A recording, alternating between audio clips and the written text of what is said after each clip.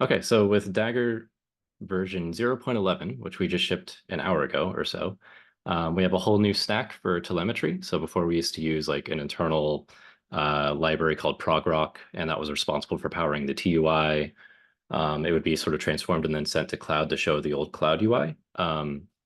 But the old cloud UI didn't really represent functions in a first class type of way. So we wanted to implement a new UI that was functions aware. And along the way, we also switched from our custom, bespoke progrock stack over to OpenTelemetry. So that's what's driving this new UI that I'm going to show. Worth pointing out, this new stack is only in version 0.11 and above. So if you're on an older engine, that'll still go to the old UI. We'll be working on like consolidating all that in the future, but traces are going to be the way forward. So I'll go ahead and try to show a build that succeeds, just to have a plain old starting point. I'll show the TUI and then the web UI over here. Oh, there it is. Too impatient. And it's honestly, it's a little slow right now. We're looking into API performance things. So I have a few backup tabs over here in case it doesn't work, but I would like to show it live because it's kind of cool seeing all the animations and stuff. So here's the new UI. I'll wait for this to finish because it's just unit tests, shouldn't take too long, and then it'll be easier to go over all the UI cues. But the gist of it is it's all built around traces, which might be no surprise because it's built on OpenTelemetry. Here it completed, so it takes a bit for all the events to flush right now. Again, just API performance issues that we're looking into. So the first thing you'll notice is right up top, you'll see the exact same output that you saw in the terminal. Whoa, that was a fun misclick. And then down below, you'll see the traces. So if you've ever used like Jaeger or Honeycomb or any other OpenTelemetry tool, this should be pretty familiar. The idea is to like, when you're going into this page, you're either going to be looking for things that failed or things that were slow. So if we just cut right to the chase and show you the timeline view, then you can see which things were slow. And then you can sort of drill into them and see where exactly the time was being spent. This is a little zoomed in for the stream, by the way. Normally it's about here, but I'll keep it bumped up for clarity. So there's a few cues to go over. I already mentioned the logs up top, but you might have noticed all these different colors. So we use different colors for different modules. So you can see where you're using, for example, this one is APKO. This should link right out to Daggerverse, so you can check out the docs for that. And then down here, we've got this purple one is the Go module. And yeah, that's pretty much it for the traces. There's a bit more I can go into, which you might have noticed already. But for now, I want to show the logs. So the basic idea is, honestly, I have a lot of pent up frustration with UIs that just kind of give up when you have a lot of logs and force you to like download the raw logs and do the other stuff out of band, or like maybe they do a custom terminal renderer thing, so you have to use their custom search thing. We're gonna try pretty hard to just have the logs shown directly in the page, so you can just use plain old browser search. No failures here. Also shows syntax highlighting. No fancy like two-dimensional progress bars or anything like that. It'll probably just look like a bunch of text vomit in the output, but in the long run, I'd like to support that too. And now for this other little UIQ, which you might have mentioned, is each of these steps has its own little generated icon. These aren't random. These are based on a digest that like represents that call. So if any of the input parameters change, you'll get a different icon. The point of these little fellas is so that you can recognize when a value is used somewhere else. For example, here you can see this is the same container as that. If I like click into here, it should bring me up to that step. So yeah, you can just kind of click around. And that's the whole idea there. These used to be little janky Space Invader icons with like eyeballs, arms, and legs and all that. But honestly, it looked a little too weird and noisy without really being able to distinguish because there's only so many types of body parts. But now they're these kind of neat, abstract little pixelated things. So yeah, so far this has been a successful build, but that's not really that interesting because to be honest, you're not going to be using this UI for successful builds that often.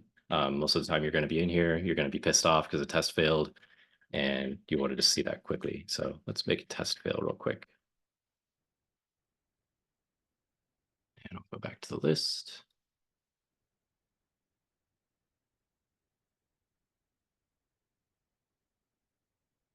Let's see if the API can beat the actual runtime of the thing. Please slow down. Oh, thank goodness I have way too many cache busters in here. Okay. Oh, we should be past unit now. Okay, we have a failure here. And yeah, so now we can see our failure was hoisted right up to the top. Honestly, a lot of the time you go to the logs, you're going to just want to see what was the last thing printed because that's where it tells you how many tests failed. So we show the last 10, and then if you want to see the rest, you just click that to expand, which I'm now regretting because there's a lot of output here. But thankfully, we have this UI up here, so you can just skip down into a failure.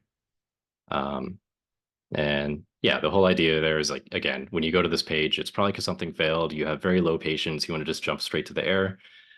So we do everything we can to make that possible, either by showing you which steps failed up here, so you jump down into them, or showing you just the bottom of the logs. And ideally, you go in here, you just see one of those, you know what happened, and then you just alt tab back out and don't even use all this fancy UI that we, painstakingly put together. So I think now I can show even more fancy things. Let me know if I'm like missing a bunch of questions and going too fast. One of them, I think Jen is answering it though, is how do we get this visualization locally? Yeah, that's an interesting question because right now this is all very closely built into cloud. I guess one thing I can say is that they're meant to be like this, the CLI and cloud go hand in hand, so that it should be similar representation between them. I think that's all I really got. Also, sorry for all the, I don't know if you saw all the flickering over there. I think just the fact that I'm screen sharing and everything is taking a lot of time. You might have noticed when that was running, but one kind of neat thing that these integration tests do is they actually integrate with OpenTelemetry. So you may have noticed, I think it's gone now, but it showed actually individual spans for each test, which is kind of neat because I'm sure a lot of you have your own integration test suites and you've always wondered how they actually, run in parallel. Also, if someone has like prior knowledge for like Golang test integration with OpenTelemetry, because this feels like such a slam dunk, but I had to like kind of do this manually. But let me know if there's prior art. But yeah, this is showing sort of the power of OpenTelemetry. So I'll bring up the code that's driving this. It's a pretty small tweak. So this uses the telemetry package, which now comes with the Dagger Go SDK. This will probably be a pattern for each SDK, just exporting a tiny little telemetry thing just to make it easier to integrate with the telemetry pipeline that Dagger sets up for you. So yeah, I just call telemetry.init embedded. This might change in the future, but it's because this is used in like a few other places and it's meant to be like a minimal dependency setup. And then we call telemetry close. And then from then on, it's just standard OpenTelemetry APIs. So we're just calling OTel tracer. This is the global OTel package. Gave it the runtime name as the trace name. I don't know, just kind of random, honestly. And then we start a span for the whole test suite. That's what this guy is. And then if we see the test failed, we mark it as failed. So that's why it's red. And then also for each individual test, we do the same thing. So we just start a new span. And when it fails, we mark it as failed. So that's how we can see this export test failed. And I guess I could click into here, but I'm actually not even sure why this failed. It's kind of good that it is because it makes for a better demo. But yeah, so that's the idea between the custom OpenTelemetry integration.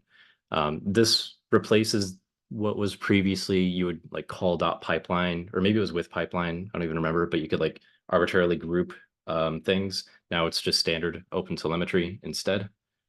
And the pipeline API is just a no-op now. So sorry for, it's been a bit of turbulence because we knew we wanted to update cloud to get a new UI out as soon as possible for functions. But then that grew into, let's switch everything over to OpenTelemetry. So we kind of had to cut some corners here and there. But we'll bring back things as users complain, I suppose, to see which things were the most important. I guess notably missing is there's no more streaming console output. Instead, it'll buffer it up and then print one final frame in the TUI. So unfortunately, if you're like running Dagger in GitHub Actions, which is where it would previously use the console format, for now you'll see it'll look like it's stuck, which kind of sucks. And then it'll print the final frame, which frankly looks better than the console output before, but the fact that it looks stuck isn't great. And also the old TUI for Dagger Run is no more, just because that was powered by our like completely old and now replaced pipeline for telemetry, and the tree view UI is gone for the same reason. So sorry to anyone that really loved those things. There's some other queues I could show, like this one, for example. Previously, it was possible because like fundamentally there's something running on one machine and sending data to another. It can happen that that machine just like, reboots or like just panics or something. So now we detect that. After a while, we'll like give up after 5 minutes if we don't see any updates on something, and you'll see this little desync icon to indicate that something's wrong there. So you don't assume that this ran for 5 minutes. And I think that's all the UI features. Jen can maybe interrupt me if I forgot something that's cool to show. Aside from that, all the caveats. Yeah, I have a quick question. I was actually answering questions, so I missed it. Did you show the link to Daggerverse from the UI already? Yeah, I did, but it was probably all a blur. Sorry. Where's one that's not local? Oh wait, I think I just need to expand this. Yeah, so each function call will also link to the module that it came from. There's some deeper integrations that we want to add too. For example, like it would be kind of cool if you hovered over this and it showed you the documentation for that function in a tooltip. That would be pretty straightforward to add. Also worth mentioning is I glossed over this, but we're using custom span attributes to influence the UI. So this one, for example, Dagger.io UI.encapsulate basically means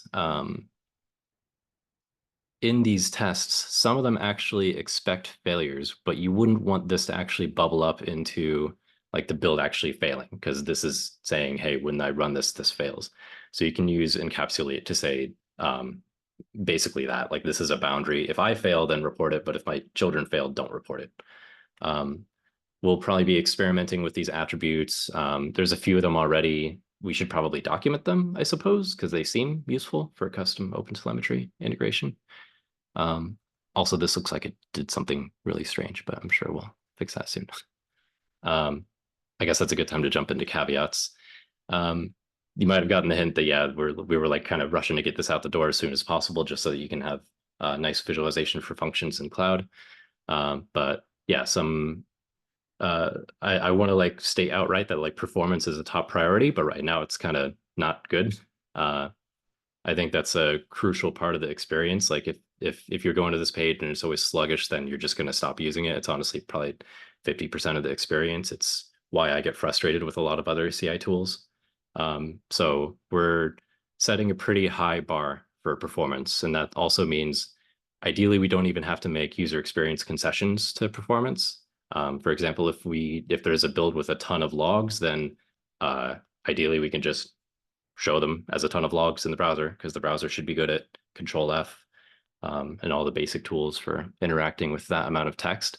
Most of the complexity is just getting that text to the browser, like rendered. So we might have to pull out a bag of tricks to do that more efficiently. For example, pre-processing logs and things like that. But yeah, TLDR's performance is a huge priority. We just haven't been able to fully optimize it yet. Another thing worth mentioning is things like this should probably not look so verbose. Like it's kind of just a sea of flat function calls. If you look at the actual code for this, actually I have it over here. What am I doing? Integration. Probably should have shown this sooner. Sorry. This is actually only calling go and then go test some, and it calls like generate. But the problem is right now it's just calling these methods directly on the object. So there's no opportunity for Dagger to be like, oh, you're hitting the base API call, for example. It's just sort of inlining it all into one call. So this might get better as we add things like cacheable self calls, because then you would see like the higher level calls and drill down and have a more gradual understanding of what's going on instead of just immediately seeing this sea of a bunch of stuff. I think those are my two main caveats. There's one other cool thing I can demo, which is now there's this Dagger watch command. And this kind of ties into how the OpenTelemetry stuff works. Basically, the engine is a little OpenTelemetry publish subscribe service now. The whole point is that you only have to configure Dagger Cloud or OpenTelemetry on the client side, and then the engine will send events to the client pertaining to that client's call. So that's actually how everything works. You don't have to like configure OpenTelemetry or cloud or anything on the engine to get this data out. It's all just client side, which is great because you can just configure it like per build. If you want this build to send to this org, or this one to send to this other org, or this one to send to Honeycomb, or whatever, that's all easily configured client side. And then Dagger Watch is just a command that listens for everything. So it's kind of like wiretapping the whole engine, which is kind of neat if, for example, maybe you haven't completely integrated your test suite with OpenTelemetry, like I was able to do here. So if you have like an integration test suite that just runs a bunch of things with the Dagger, you can at least do Dagger Watch and then see everything that the test suite is doing. It's all kind of cool, but maybe mostly affects Dagger developers. I'm not sure. I guess if other people have tests that use Dagger, they would see all that there too.